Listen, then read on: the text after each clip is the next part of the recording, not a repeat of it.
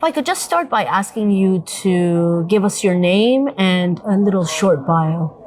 Hi, my name's Soh Meyer. I'm a member of English Pen, and I'm the co-chair of English Pen's Translation Action Group. I'm a poet and a cultural historian. Thank you very much. In what ways can the inclusion of transgender and varying gender perspectives strengthen the global solidarity for freedom of expression and democracy? Well, for many trans, non-binary, and intersex people and other people globally use different terms for gender diversity, our very existence is freedom of expression. From when we're very young, we have to advocate for ourselves, and we are living proof of the power of words, because what we say of ourselves is true.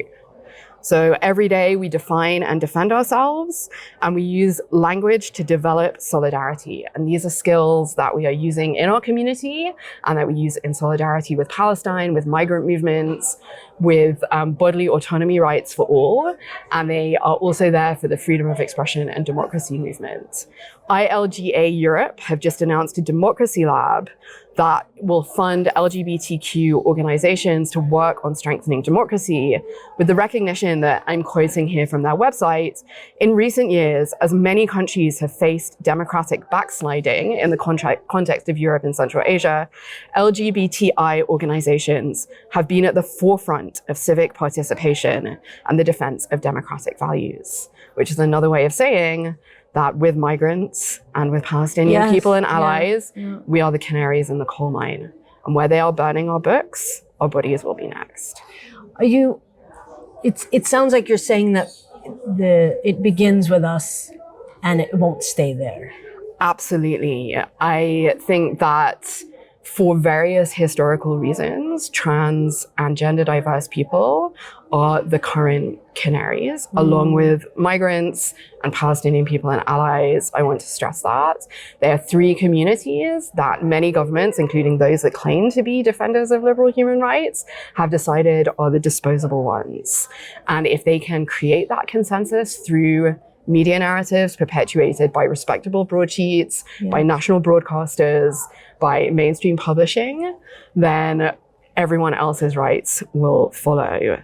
So we have some incredible historical examples of pushback against this.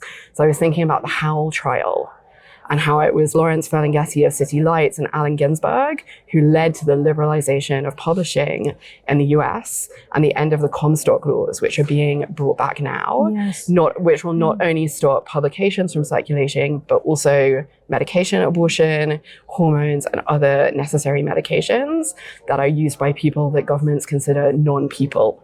And trans people and gender diverse individuals are the current group that are globally being identified as non-people. And we have hundreds of years of self-organizing to bring to and strengthen solidarity democracy movements.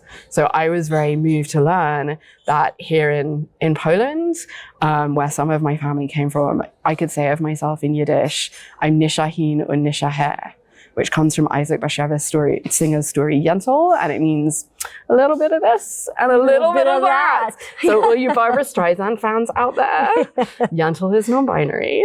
And the words that we have to say of ourselves go back historically in so many languages that tell us that before colonialism, gender diverse people were recognized everywhere. Yes, it's lovely. And finally, this year's theme at Penn is freedom of words, words of the free. And I just want to know, what does that mean to you? I think that, and this is something that Jenny has also spoken to, you cannot speak freely if you cannot be yourself. So the reason that so many trans, non-binary, gender diverse people are drawn to writing and making art is because they're areas where even when we can't fully express our gender in countries where there is severe repression, in art forms, we can express ourselves through characters, we can express ourselves through abstraction. Science fiction has been a major area of imagining when we can't live in this present. Pasts, futures, alternate worlds have given us so many visions of ways to be. So even if the political repression of trans and gender diverse people cracks down, we will keep telling our stories, encountering the mainstream media, and people will keep finding them. And they may be in the imaginative genres. That's lovely. Thank you so much. Thank you.